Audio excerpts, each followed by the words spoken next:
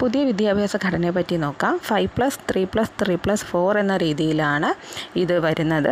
പഴയ 10+2 രീതിക്ക് പകരം പുതിയൊരു ഘടനയാണ് NEP കൊണ്ടുവരുന്നത്. NEP എന്ന് പറഞ്ഞാൽ എന്താണ്? National education policy. ഇതിൽ ആദ്യത്തെ 5 വർഷം പ്രൈമറി അധ്യാപകർക്ക് ഏറ്റവും പ്രധാനപ്പെട്ടതാണ്. അതായത് ആദ്യത്തെ സ്റ്റേജ് എന്ന് വെച്ചാൽ ഫൗണ്ടേഷൻ സ്റ്റേജാണ്. ഇത് വരുന്നത് 5 വർഷമാണ്. ഫൗണ്ടേഷൻ സ്റ്റേജിൻ്റെ മലയാളം അടിസ്ഥാന ഘട്ടം. ഇതാണ് പ്രൈമറി അധ്യാപകർക്ക് ഏറ്റവും പ്രധാനപ്പെട്ട ഘട്ടം എന്ന് പറയുന്നത്.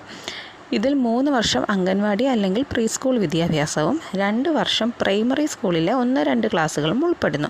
ഇതിൻ്റെ പ്രായം എന്ന് പറയുന്നത് 3 മുതൽ 8 വയസ്സ് വരെയാണ്. ഇത്രയും കാര്യങ്ങളാണ് പ്രൈമറി അധ്യാപകർക്ക് പ്രധാനപ്പെട്ടതായിട്ട് നോക്കേണ്ടത്. ക്വസ്റ്റ്യൻസ് വരാൻ ചാൻസ് ഉള്ളതും ഫൗണ്ടേഷൻ സ്റ്റേജിനെ പറ്റി മാത്രമായിരിക്കും. അല്ലാതെ ബാക്കി വരുന്ന 3 സ്റ്റേജ് എന്ന് വെച്ചാൽ തയ്യാറെടുപ്പ് ഘട്ടമാണ് രണ്ടാമത്തെ ഘട്ടം. അത് 3 വർഷമാണ്. 3 മുതൽ 5 വരെയുള്ള ക്ലാസ്സുകളാണ് അതിൽ വരുന്നത്. അത് കഴിഞ്ഞ് മൂന്നാമത്തെ ഘട്ടം മധ്യഘട്ടം. അത് 3 വർഷമാണ്. അത് 6 മുതൽ 8 വരെയുള്ള ക്ലാസ്സുകളാണ്.